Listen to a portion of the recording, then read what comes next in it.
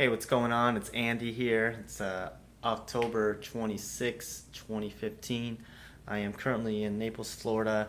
Just set up my apartment, rearranged everything, refunctuated everything, moving, taking my bed from the bedroom and putting it out into the living room. Now we have a loft style apartment here in beautiful Naples, Florida. As you can see here, just kind of opened it up. You know, the living room's a lot bigger than the uh, bedroom, um, and also, you know, I like having privacy. I like having controlled light. I have uh, my desk set up already. My little workstation here.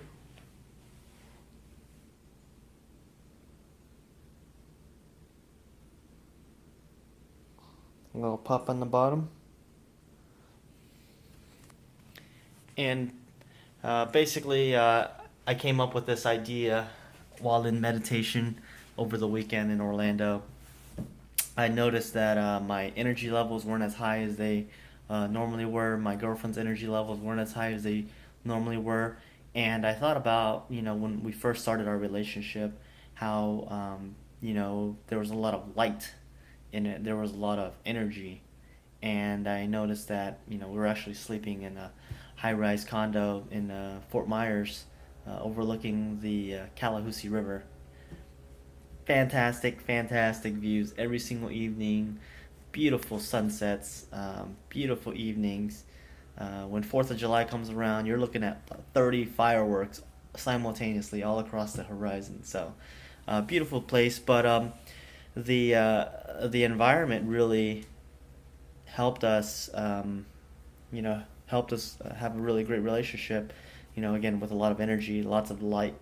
Um, and I've noticed that when we first moved here to Naples, our bed setup was similar to that, and it was great. You know, things are flowing. The feng shui was good, but then I noticed after some time that we moved the bed in the bedroom, and the bedroom initially was like some sort of like a storage room, and moved the bed into the bedroom, and it's a lot darker in here.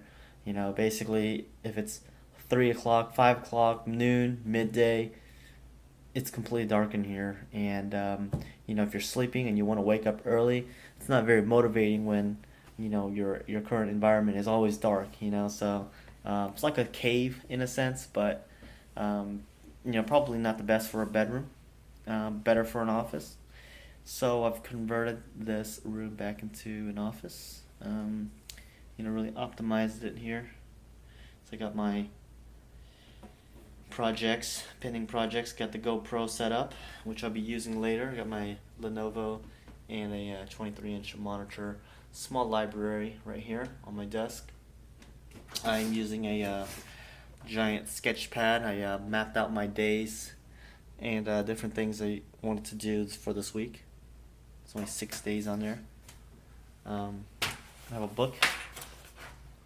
This is a book I'm reading. I've read several times already. This is the 1 Minute Salesman, the 1 Minute Salesperson, and I was just skimming through it today, get some cool ideas. And actually, one idea that I got today, actually very powerful, very very simple idea, and basically it says, it's not about how much money you're making. It's about creating assets that produce money or cash flow in this sense. So it's not about, hey, I work at a job, or hey, I have this salary, I'm making X dollars a year, but more of, what assets am I building to generate this cash flow? And that's really the key here. Because you need to spend time generating assets, because these assets will be around, and these are the units, freedom unit generators, and these will be able to generate that automation, that automated, residual, if you will, in terms of traffic, in terms of cash flow, product sales, SEO, whatever it may be, backlinks. All these things are very, very important nowadays in this digital world. So for me, I like to create digital assets, creating three-dimensional CAD designs, CAD models, unique projects that I can take images of. I can, 3D print it. I can modify it, upgrade it, add components, subtract components. Anything is possible when you're working with 3D. So everything starts as an idea. It starts off as a drawing, and the next step is to take that drawing and turn it into a sketch on the computer. Currently, I'm using Google SketchUp Pro, which is by Thimble, or it's just called SketchUp. If you Google that, you'll find it. And the Pro version just unlocks a few extra features and allows you to use it for commercial purposes, which is what I do all the time. So it's great. I like it. I am learning Rhino 3D, which is another 3D CAD design software, a lot more powerful than SketchUp, for certain things.